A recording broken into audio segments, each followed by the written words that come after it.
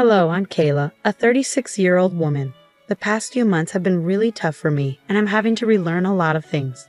My husband Tom caused a lot of the trouble I'm in, but a kind person stepped in and helped me avoid even more pain. First, let me tell you about the people in my story. The first person is my sister, Maya. She's 6 years younger than me and very pretty. Growing up, we didn't get along because I was a nerd and she was popular. She always picked on me and seemed jealous for some reason. My mom tried to help us get along, but it didn't really work. When I went to college, we didn't talk much. But after I graduated and she was a teenager, we started talking again. Our relationship got a little better, but we never got really close. That was the best we could do, and I was okay with that. Next, let me tell you about my ex-husband Tom. We met at work and got along really well. We dated for about 3 years before getting married. We worked hard and bought our first house together. I earned more money, so the mortgage and deed were in my name. After 2 years of marriage, Tom asked me about having children. Honey, I was wondering about something, and I need you to think about this with an open mind. All right, what is it? I've been thinking that we've been together for a while now, and maybe we could start a family of our own. Tom, you know how I feel about that. I know, but we have the money for it, and it would be really cute to have little versions of us running around, don't you think? Yeah, but kids are a lot of work and responsibility. We're the most hardworking and responsible people we know. Come on, give it some thought, okay? I promise I'll help take care of them. Just keep that in mind, okay? Even though I wasn't keen on having kids, I gave in because Tom kept bringing it up. First, we had a son, and 3 years later, we had a daughter. Initially, Tom was very helpful, but that quickly changed. Suddenly, I was responsible for everything at home, including the kids. After our first child, Tom insisted I stop working because he had gotten a promotion and was earning more than me. I tried to resist, but eventually, I decided it wasn't worth the fight and accepted my new role. To avoid getting bored at home, I took up a new hobby, hosting dinners. I often invited my mom and sister, who lived nearby, and my mother-in-law, Megan, whenever she was in town. Eventually, I started to feel comfortable in my new life. I got to spend a lot of time with my family, and that made me happy. Tom and I were doing okay. I had gone through some trauma after giving birth to our second child, where I almost died, which affected our relationship. I didn't think anything else was wrong, but oh, how wrong I was. As I was cleaning my room, I found a pair of panties that definitely weren't mine. My heart sank as I stared at them, wondering if I wasn't enough for my husband. I had been feeling different lately, but I had just had our second child. It had been over a year since then, and I was still recovering. I had been going to therapy, making slow progress. But it didn't seem enough because Tom was cheating on me. Once the shock wore off, I was filled with anger and betrayal.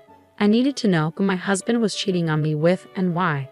First, I sent Tom a picture of the underwear and asked him whose they were. Then, I checked his laptop.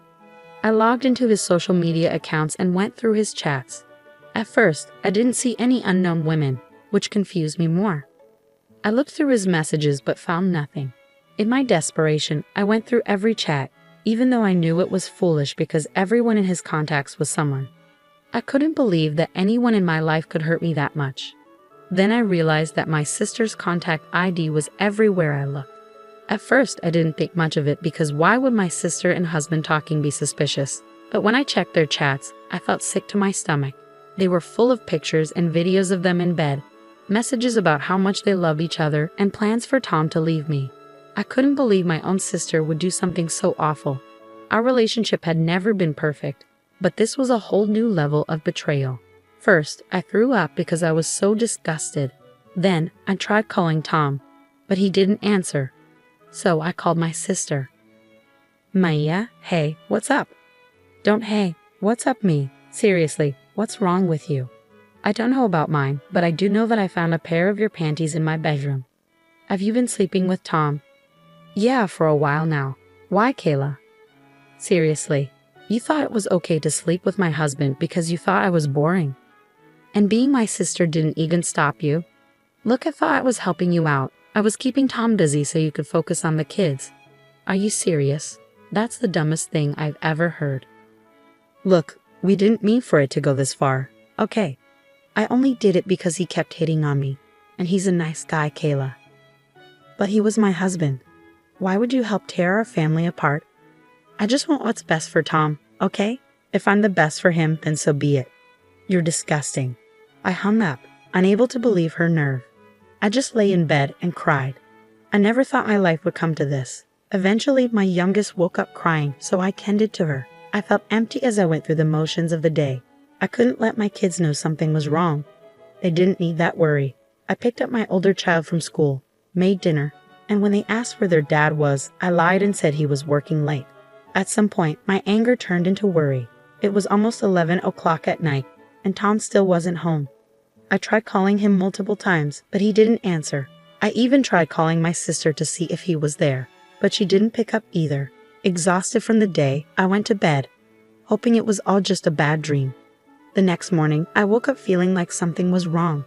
I looked around and realized Tom's things were gone from the room. I checked the cupboards and drawers, and most of his stuff was gone from the house too. He had left while I was asleep, without saying a word. I couldn't believe it. He just left me without even trying to talk. I didn't know what to do. All I could think about was taking care of my kids first. Then, I'd figure out everything else. I woke up, got the kids ready, dropped off the oldest at school, and then took the youngest to my mom's place. She could tell something was off because I was distant. All I could think about was how I'd managed to raise 2 kids alone. Whenever I came back to reality, I remember I had to tell my mom about my sister and husband. Eventually, she couldn't wait any longer and asked what was wrong. Okay, I've had enough of your silence. What's going on? I don't know how to say this. Why don't you start from the beginning? Well, I found out that Tom has been cheating on me. What? How do you know? I found another woman's underwear in our room. When I asked Tom about it, he didn't answer and then left. He left? What do you mean? When I woke up this morning, all his things were gone. Gone? You didn't try to stop him? I didn't even realize when he came back. I fell asleep around midnight, and when I woke up, all his stuff was gone.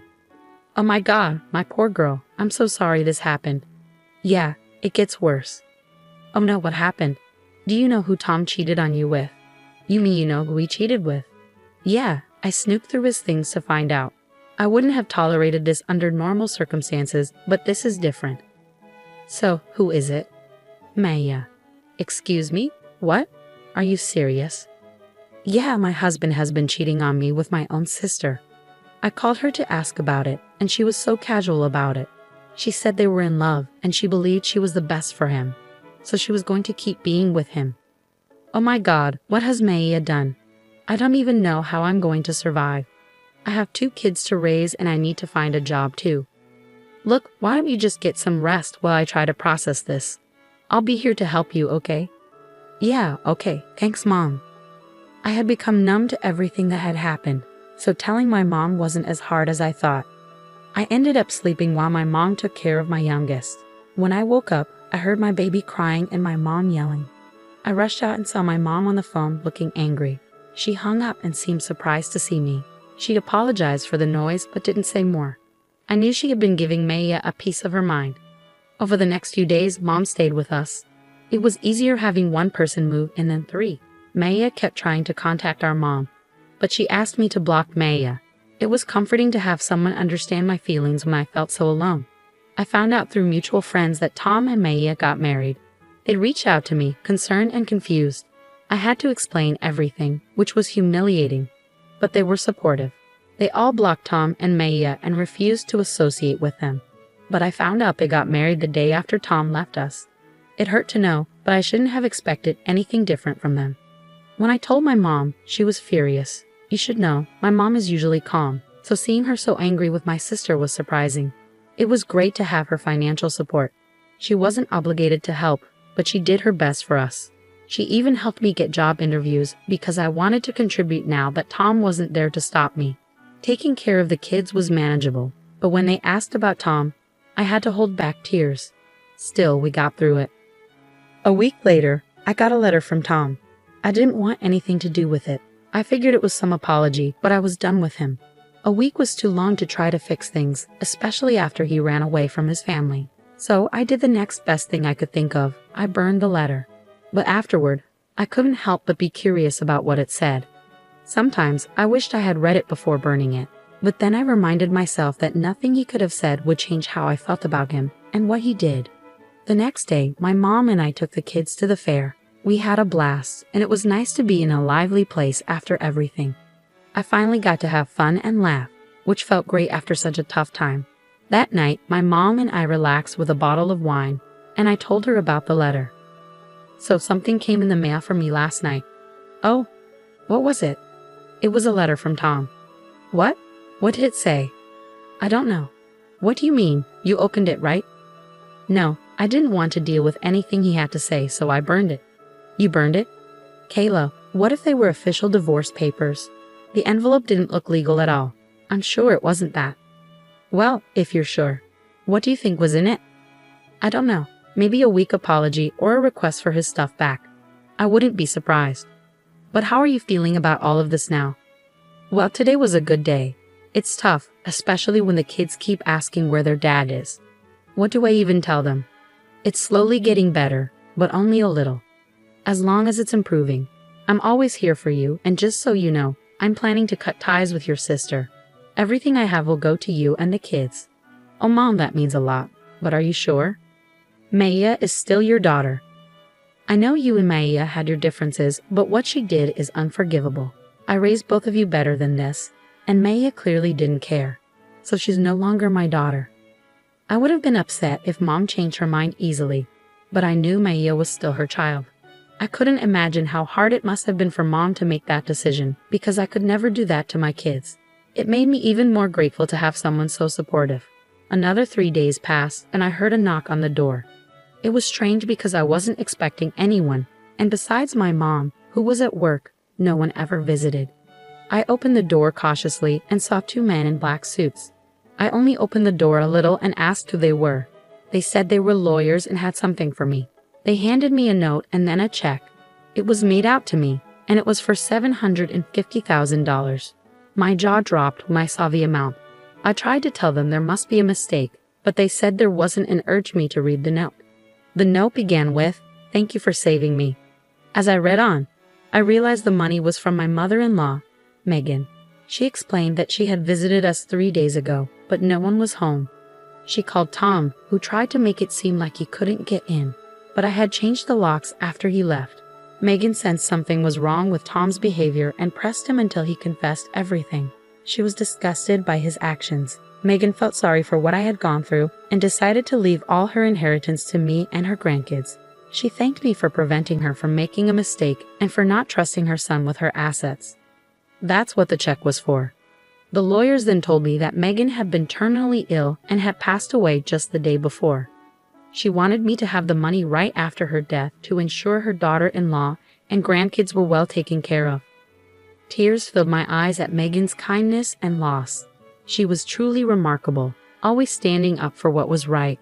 It was one of the reasons Tom had always been afraid of her. Yet I found her comforting. She stayed true to her word and supported me until her last breath. A few days later, Tom called.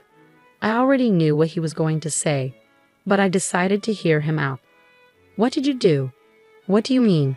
"You know exactly what I mean, Tom. You'll have to be more specific." "What are you talking about?" "Why weren't you home that day? I specifically asked you to be. I sent you a letter asking you to pretend everything was normal while my mom visited." "Oh, is that what the letter said?" "You didn't read it."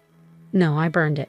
"You betrayed me. My mother was going to help me with the inheritance, but you took it all because you're selfish." "That's ironic coming from you. You abandoned your family and only cared about contacting me when it involved your inheritance. Love can't be forced.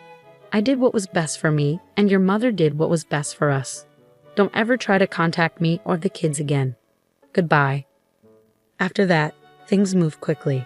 I filed for divorce, and I was granted full custody of the kids. Tom tried to fight for the inheritance, but Megan had made it clear that I was the one to receive it, so he didn't succeed.